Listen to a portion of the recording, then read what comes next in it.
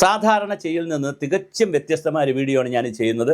ഇതൊരു ഡിബേറ്റ് നടക്കുന്നതിൻ്റെ ഭാഗമായിട്ടാണ് ഞാൻ ചെയ്യുന്നത്. ഇന്ന് രാവിലെ എനിക്ക് വളരെ വേണ്ടപ്പെട്ട ഒരു സാറ്, ഞാൻ വളരെ റെസ്പെക്റ്റ് ചെയ്യുന്നൊരു സാറ് ഒരു മെസ്സേജ് ഇട്ടായിരുന്നു. അപ്പോൾ സാറിന് ഞാനൊരു മെസ്സേജ് തമാശ മെസ്സേജുകളൊക്കെ എനിക്കിടും, ഞാനും തമാശ മെസ്സേജുകളൊക്കെ ഇടും. അപ്പോൾ ഞാനിന്ന് ഒരു തമാശ മെസ്സേജ് ഇട്ടു. എൻ്റെ ഗർഭം ഇങ്ങനെയല്ല. നമ്മുടെ മേലേപ്പറമ്പൻ ആൺവീടിൽ ജഗദീഷ് ശ്രീമാർ മീനയോട് പറയുന്ന ഒരു ഡയലോഗാണ്, എൻ്റെ ഗർഭം ഇങ്ങനെയല്ല, ശോഭനയ്ക്ക് ഗർഭം എന്നൊക്കെ പറഞ്ഞ് അങ്ങനെ ഒരു കഥയാണ്. അപ്പം ജഗദീശ്മാർ ഇപ്പോൾ നല്ല കലാകാരനാണ്, സംസാരിക്കാൻ പറ്റുന്നില്ല, എന്നാൽ അതിനുള്ള റെസ്പെക്റ്റ് വളരെ സർക്കാസ്റ്റിക്കായിട്ട് പറയും, എൻ്റെ ഗർഭം ഇങ്ങനെയല്ല എന്ന് പറയുമ്പോൾ അപ്പോൾ നിൻ്റെ ഗർഭം പിന്നെ എങ്ങനെയാടാന്ന് മീനെ ചോദിക്കുന്ന ഒരു രംഗമുണ്ട്.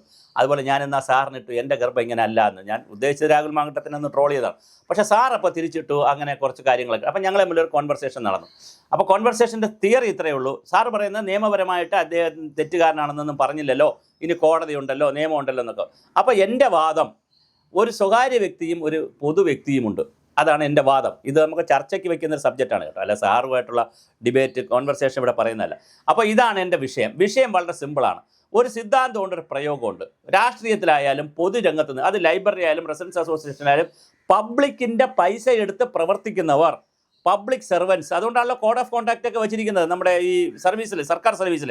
അങ്ങനെ പബ്ലിക്കിൻ്റെ പൈസ എടുത്ത് ജീവിക്കുന്നവർ, അത് പിരിച്ചിട്ട് ജീവിക്കുന്നവരായാലും ശരി. ഇപ്പോൾ ലൈബ്രറിക്കാരനെ പബ്ലിക്കിൽ നിന്ന് പിരിച്ചണക്കല്ലേ പരിപാടി നടത്തുന്നത്.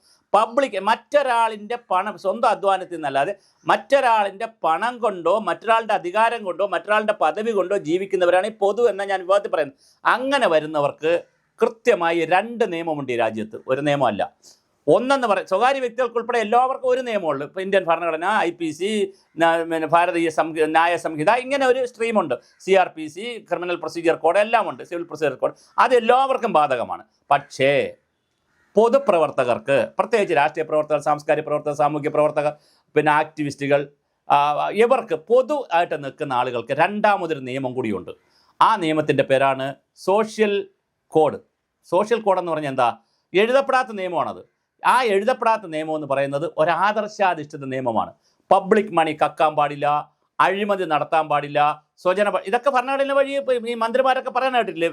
ഈ സത്യപ്രതിജ്ഞ ചെയ്യുമ്പോൾ സ്വജനപക്ഷപാതം പാടില്ല, അധികാരത്തിലിരിക്കുന്നവർ മറ്റൊരാളുടെ സ്വത്ത് അടിക്കാൻ പാടില്ല, കള്ള TA ബില്ല് എഴുതാൻ പാടില്ല, കള്ള DA എഴുതാൻ പാടില്ല, കള്ള ബില്ലുകൾ സമർപ്പിക്കാൻ പാടില്ല. ഇങ്ങനെ അതുപോലെ സ്ത്രീകളോട് ഇടപെടുന്നത് വളരെ മാന്യമായിട്ടായിരിക്കണം, കുട്ടികളോട് ഇടപെടുന്നത് മാന്യമായിട്ടായിരിക്കണം, പോക്സോ കേസുകളിൽ പെടാൻ പാടില്ല, സ്ത്രീകളുടെ അനുവാദമില്ലാതെ പരസ്ത്രീകളുമായി ഒരുപാട് സ്ത്രീകളുമായിട്ട് ബന്ധം സ്ഥാപിക്കാൻ പാടില്ല.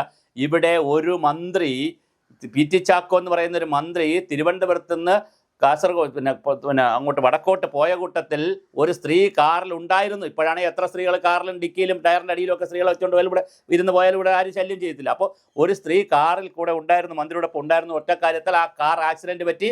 അന്ന് കോൺഗ്രസ് പാർട്ടി ഉണ്ടായിരുന്നേ, കേരള കോൺഗ്രസ് ഉണ്ടായി ഇവിടെ. അത് നിങ്ങൾ മനസ്സിലാക്കണം. കേരള കോൺഗ്രസ് ജന്മം ഒരു ഇതുപോലത്തെ ഒരു അവിഹിതമായ ഒരു വിഷയത്തിൽ നിന്നാണ്. അന്ന് അത് പക്ഷേ അത് അവിഹിതമായിരുന്നില്ല. പക്ഷേ അന്ന് സമൂഹത്തിന് തോന്നി അത് അവിഹിതമാണെന്ന്. ഒരു സ്ത്രീ എന്തിനാണ് ഈ മന്ത്രിയുടെ കാറിൽ കയറി പോകുന്നതെന്നുള്ള ഒരു ചോദ്യം ഉണ്ടായി. അപ്പോൾ അതൊക്കെ കാലം മാറി. ഇപ്പോഴെന്താ സംഭവിച്ചിരിക്കുന്നത്? ഒരുപാട് ഡൈല്യൂട്ട് ചെയ്ത് രാഹുൽ മാങ്കൂട്ടത്തിൻ്റെ കാലം എത്തിയപ്പോൾ എനിക്ക് പറയാനുള്ളത്, ആദർശാത്മക രാഷ്ട്രീയവും പൊതുരംഗവും എന്ന് പറയുന്നൊരു കോഡ് ഓഫ് കോണ്ടാക്റ്റ് ഉണ്ട്. അത് ആത്മനിഷ്ഠപരമല്ല, അത് വ്യക്തിനിഷ്ഠപരമല്ല, അത് ഓരോരുത്തരുടെയും മാനസികാവസ്ഥയ്ക്ക് ഇഷ്ടാനിഷ്ടങ്ങൾക്കും ചെയ്യാനുള്ളതല്ല. രാഹുൽ മാങ്കൂട്ടത്തിനോട് രാജിവെക്കണമെന്ന് കമ്മ്യൂണിസ്റ്റുകാർ പറയുമ്പോൾ മുകേഷ് രാജിവെച്ചില്ലല്ലോ എന്ന് ചോദിക്കാൻ വേണമെങ്കിൽ നമുക്ക് സാങ്കേതികമായി ചോദിക്കാം.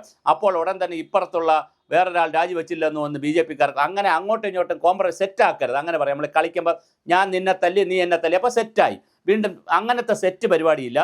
ആര് തെറ്റ് ചെയ്താലും, അത് മുകേഷ് ആണെങ്കിലും ഇറങ്ങി നിൽക്കണം, സിദ്ദിഖാണെങ്കിലും ഇറങ്ങി നിൽക്കണം, ദിലീപ് ആണെങ്കിലും ഇറങ്ങി നിൽക്കണം, അതുപോലെ തന്നെ രാഹുൽ മാങ്കൂട്ടത്തിലാണെങ്കിലും ഇറങ്ങി നിൽക്കണം.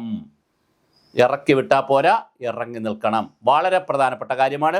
രണ്ടാമത്, കോടതിയിൽ പോയിട്ട് തെളിയിച്ചോളൂ. കോടതിയിൽ കേസിൻ്റെ മെറിറ്റ് അനുസരിച്ച് പോയി അവിടെ വക്കീലിനെയൊക്കെ വെച്ച്, പിന്നെ നല്ല വക്കീലിനെയൊക്കെ വെച്ചിട്ട് നല്ല കേസ് പറഞ്ഞ് തൻ്റെ നിരപരാധിത്വമൊക്കെ തെളിയിച്ച് വന്നോളൂ. അതിന് അഗ്നി പരീക്ഷ. പക്ഷേ പൊതുജീവിതത്തിൽ വേറൊരു അഗ്നി പരീക്ഷ ഉണ്ട്.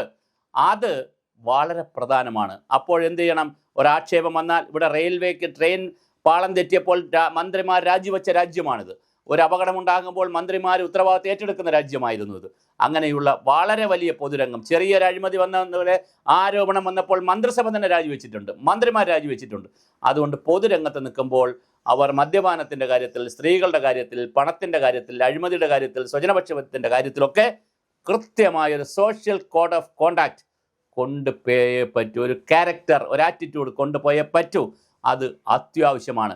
അത് അവിടെ നഷ്ടപ്പെട്ടു പോയതാണ് രാഹുൽ മാങ്കൂട്ടത്തിൻ്റെ ഞാൻ കാണുന്ന ഏറ്റവും വലിയ കുഴപ്പം. അതുകൊണ്ട് തന്നെ രാഹുൽ മാങ്കൂട്ടം നിയമം, രാഹുൽ മാങ്കൂട്ടമേ, നിങ്ങൾക്ക് അനുകൂലമായോ പ്രതികൂലമായോ എങ്ങനെയോ വരട്ടെ, നിങ്ങൾ അപ്പുറത്തയാൾ രാജിവെച്ചില്ല എന്ന് പറഞ്ഞ് നിങ്ങൾ രാജിവെക്കാതിരിക്കണമെങ്കിൽ പൊളിറ്റിക്കലായിട്ട് അത് ശരിയായിരിക്കും. പക്ഷേ അപ്പുറത്തവനും രാജിവെക്കണം, ഇപ്പുറത്തവനും രാജിവെക്കണം.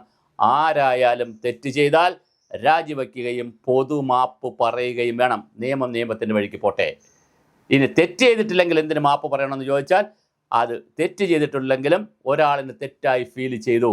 നിങ്ങളൊരു സ്ത്രീയുമായി ബന്ധപ്പെട്ടപ്പോൾ, ആ സ്ത്രീ ഗർഭിണിയായപ്പോൾ ആ സ്ത്രീക്ക് അന്ന് നിങ്ങളൊരു മോട്ടിവേഷൻ കൊടുത്തിട്ടുണ്ടോ? പോസിറ്റീവായോ നെഗറ്റീവായോ, സൈലൻ്റായോ സൈലൻ്റ് അല്ലാതെയോ, ആക്റ്റീവായോ, നിങ്ങളുടെ സംസാരത്തിലോ പ്രവൃത്തിയിലോ, നിങ്ങളുടെ വാട്സപ്പ് ചാറ്റിലോ, നിങ്ങളുടെ ഏതെങ്കിലും ഒരു നിന്നെ ഞാൻ കെട്ടിക്കോളാം, നീ പേടിക്കണ്ട എന്ന് പറഞ്ഞിട്ടാണോ ആ സ്ത്രീയുമായി നിങ്ങൾ ബന്ധം വച്ചത്? അങ്ങനെ പറഞ്ഞിട്ടാണോ നിങ്ങളുടെ കുഞ്ഞിനെ ആ സ്ത്രീ ഗർഭം ധരിക്കേണ്ടി അബോർഷനൊക്കെ ചെയ്യേണ്ടി വന്നതെങ്കിൽ തീർച്ചയായിട്ടും അതൊരു ഇൻറ്റൻഷണൽ റിലേഷനാണ്. ആ ഇൻറ്റൻഷണൽ റിലേഷൻ കേസിലേക്ക് പോകും. അതുകൊണ്ട് തന്നെ അങ്ങനെ ഒരു ഇൻറ്റൻഷൻ ഉണ്ടെങ്കിൽ നിങ്ങൾ ഫസ്റ്റിൽ ചെയ്യേണ്ടത് സോറി പറയലാണ്, അത് ഖേദം പ്രകടിപ്പിക്കലാണ്. അത് ഇരയോടും പറയണം, അതിജീവിതയോടും പറയണം, പൊതുസമൂഹത്തോടും പറയണം. ബാക്കി നിയമത്തിൻ്റെ വഴിയൊക്കെ നിങ്ങൾ കേസ് പറഞ്ഞ് എടുത്തോളൂ. അതിലൊന്നും നമുക്കൊരു കൺസേണുമില്ല. പക്ഷെ പൊതുജീവിതത്തിൻ്റെ അഗ്നിശുദ്ധി വരുത്തുന്നത് ഇത് രാമൻ്റെ രാജ്യമാണ്. ഞാൻ അവസാനിപ്പിക്കുന്നു. ഇത് രാമൻ്റെ രാജ്യമാണ്. അയോധ്യ ക്ഷേത്രമുള്ള രാമൻ്റെ രാജ്യമാണ്. ലങ്കയിൽ നിന്ന് വന്ന് പിന്നെ കാട്ടിലുമൊക്കെ പോയിട്ടെല്ലാം കഴിഞ്ഞ് വന്ന് അഗ്നിശുദ്ധി നടത്തിയ സീതയെ തിരിച്ചു കൊണ്ടുവരുമ്പോൾ ആരോ 2 പേർ, അവർ ഭാര്യയും ഭർത്താവും കൂടി വഴക്കുണ്ടാക്കുമ്പോൾ, തുണി നനയ്ക്കുമ്പോൾ വഴക്കുണ്ടാക്കുമ്പോൾ, അങ്ങനെ അഗ്നിശുദ്ധിയെക്കുറിച്ചും ചരിത്രത്തെക്കുറിച്ചും പറയേണ്ട അവിടെ കാട്ടിൽ സുന്ദരിയായ ഇദ്ദേഹം ഈ സീത പിന്നെ ലങ്കയിൽ ദുഷ്ടനായ രാവണൻ്റെ അടുത്ത് ഇരുന്നിട്ട് രാവണൻ ഒന്നും ചെയ്യാതെ വിട്ടോ, എന്നിട്ട് അങ്ങനെ രാമൻ പരിശോധിച്ചിട്ടാണോ ഇങ്ങനെ കയറ്റിയത്? അപ്പോൾ രാമൻ അത്ര പരിശുദ്ധനോ ആവണ്ട, അതുകൊണ്ട് നിങ്ങളും രാമൻ്റെ രാജ്യത്ത് ഇത്രയും പരിശുദ്ധി വേണ്ട എന്ന് പറയുമ്പോൾ ഈ വാർത്ത രാമൻ്റെ ചെവിയിലെത്തുകയും അവിടെ നിന്ന് വീണ്ടും സീതയെ പരീക്ഷിക്കുകയും ചെയ്ത രാജ്യമാണിത്. വളരെ ശ്രദ്ധിച്ച് വേണം ഈ രാജ്യത്ത് ജീവിക്കാൻ. ഇതൊരു വലിയ സംസ്കൃതിയുടെ രാജ്യമാണ്. അതുകൊണ്ട് തന്നെ ഞാൻ വളരെ കൃത്യമായി പറയട്ടെ, ഒരു സോഷ്യൽ കോഡ് ഓഫ് കോണ്ടാക്റ്റ് ഉണ്ട്, നമുക്ക് ഉണ്ടാക്കിയെടുക്കണം. അത് പൊതുജീവിതത്തിൻ്റെ മാന്യതയ്ക്ക് ആവശ്യമാണ്.